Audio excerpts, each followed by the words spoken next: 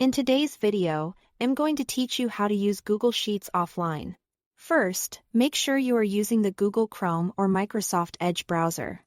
Offline support relies on features in these browsers. And it won't work in private or incognito mode, so open a normal browsing window before you start. Next, we'll install the required extension. In your browser, click the three dots in the top right corner.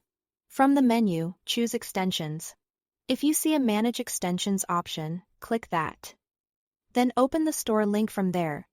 In the store, search for Google Docs Offline. Select the Google Docs Offline extension and install it. Confirm any prompts you see. This extension enables offline access for Google Docs, Sheets, and Slides, and it's safe to use from Google's official store. Give it a moment to finish installing.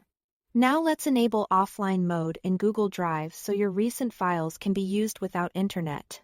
Go to Google Drive in your browser. In the top right, click the Settings gear icon, then click Settings. Scroll down until you find the section labeled Offline.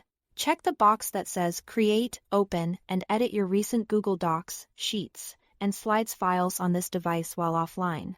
This tells Drive to store copies of your recent files locally, so they're ready when you are offline.